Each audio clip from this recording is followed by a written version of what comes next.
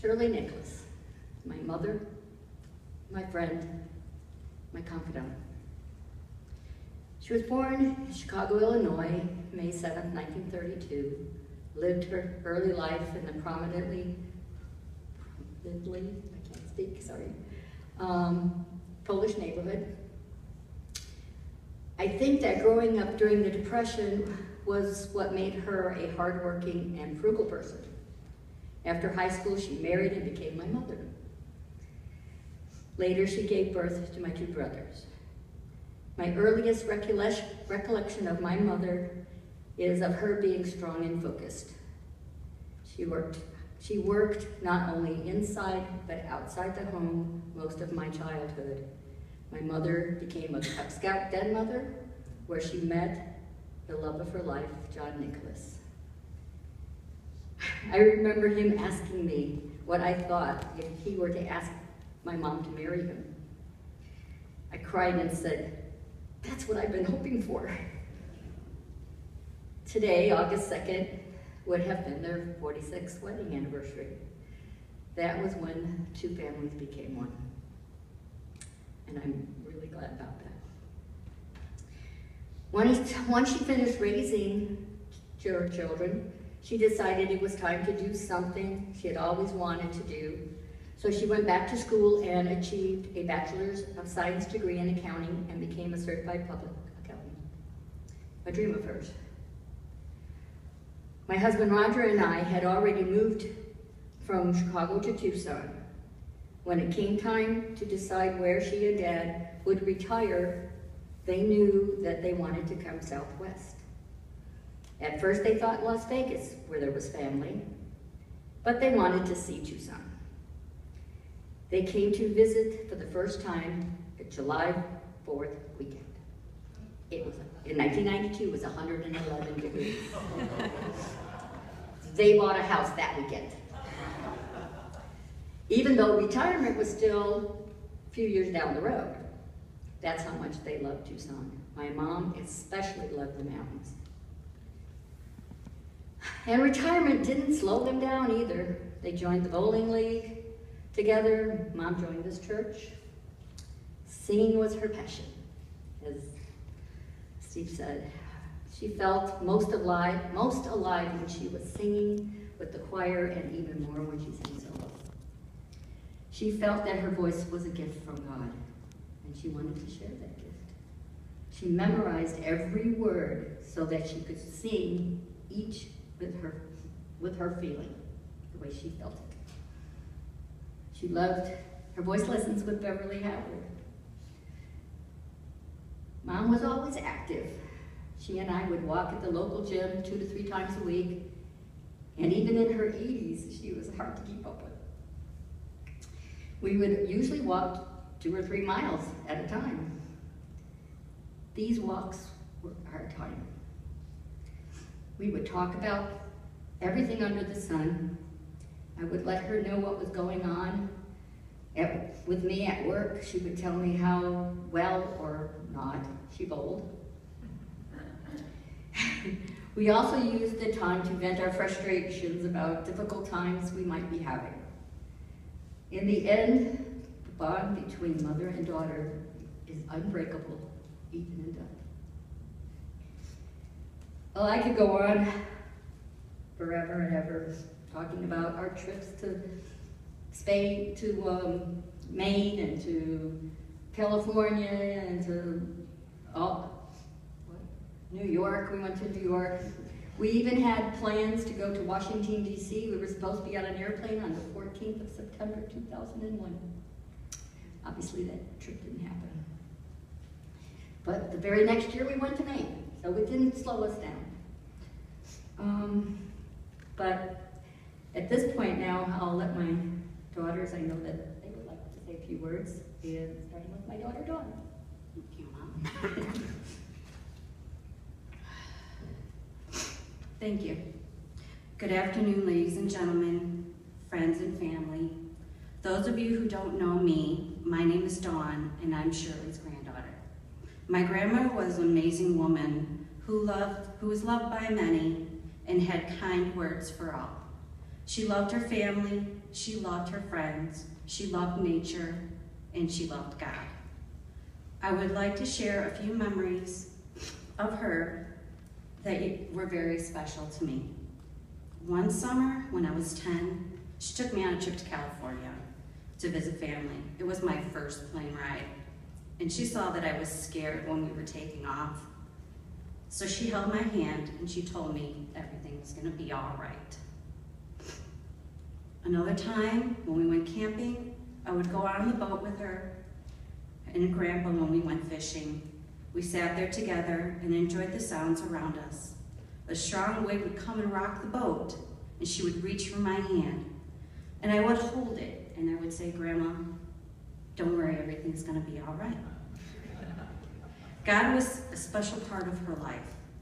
During Sunday services at Yorkfield Presbyterian Church in Illinois, when I was younger, I would sit with my mom and dad and my sister, and I would watch my grandmother sing in the choir. She looked like an angel to me. She is the reason why I sang in school choirs throughout the years.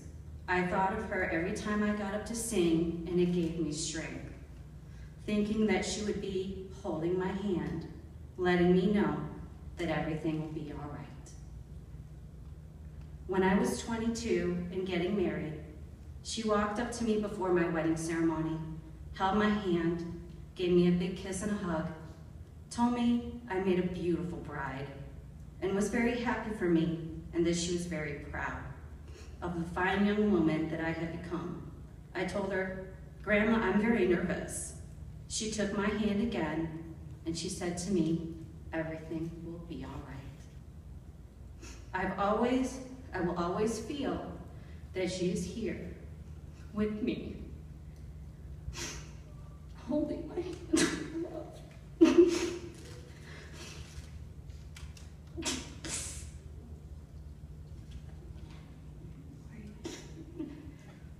I am very proud to have had her in my life and to have called her my grandmother.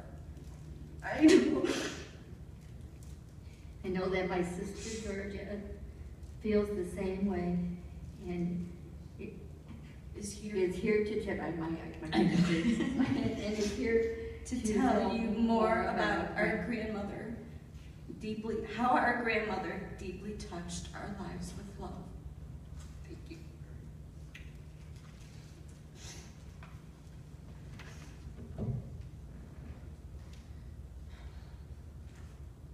Hi, I'm Georgie.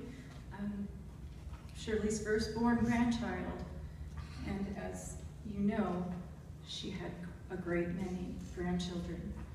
I confessed I don't even know the exact count, but I know it was several dozen. And my sister's right. She really did love her family. Even though everyone was scattered far and wide across the country, she did her best to keep up with the lives of every one of her family members.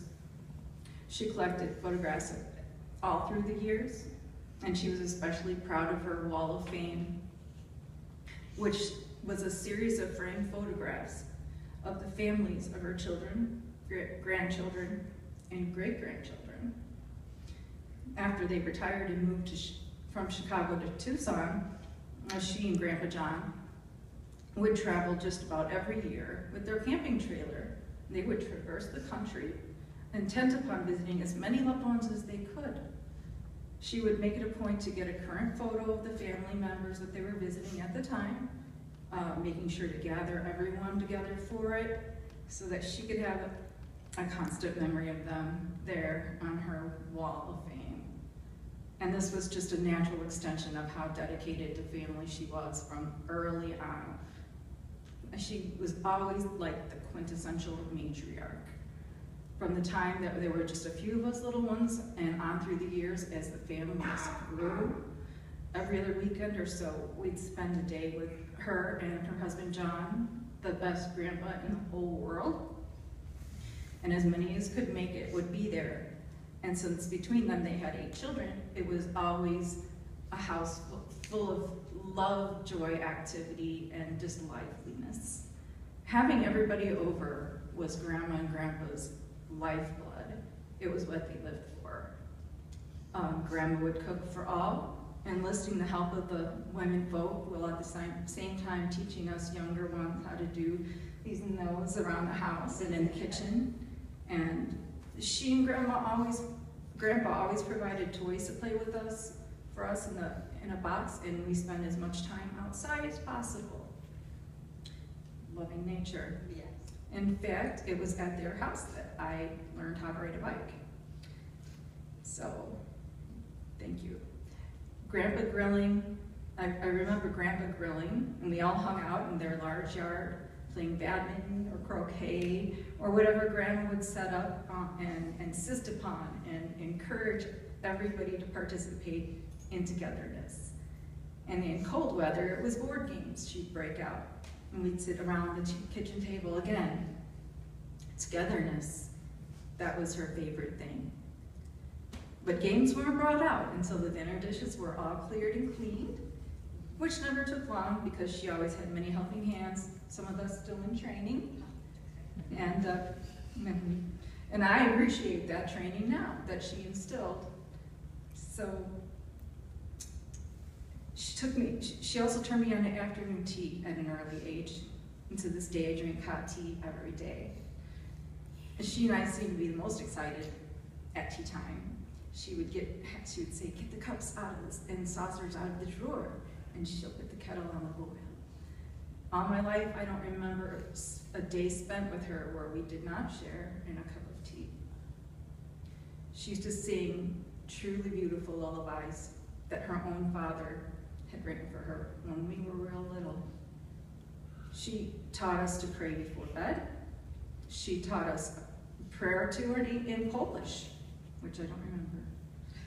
She spoke of God often in various ways, and her reverence was obvious, and it was extremely instrumental in developing my own love for God, and later pursuing a deep study of His Word and my own dedication to Him and becoming a Bible teacher.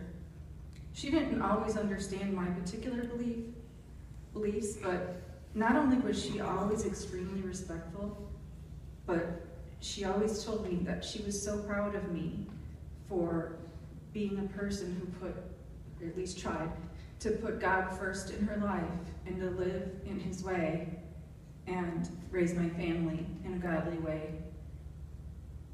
So, as we know, God is love. Grandmother was an extension of that. This is all about love, which is what she's all about. Want me to read it? Yeah. Okay. Love. Oh, one thing, and let me give you a little insight. My mother had every single card that her husband John gave to her since 1969. I found a couple boxes full of them, went through each one. It's the front of it. And I really like this poem. It says, love, an ancient, unsolved mystery, a fragile, haunting melody, a soft and gentle snow white dove, that's love. A thrilling roller coaster ride, a timeless, ever-changing tide, a rainbow in the sky above, that's love. A magic call from heart to heart, a whispered vow that never part, a million joys worth dreaming of, that's love. And that was my mom. And that was my grandma, too. Mine too. Thank you.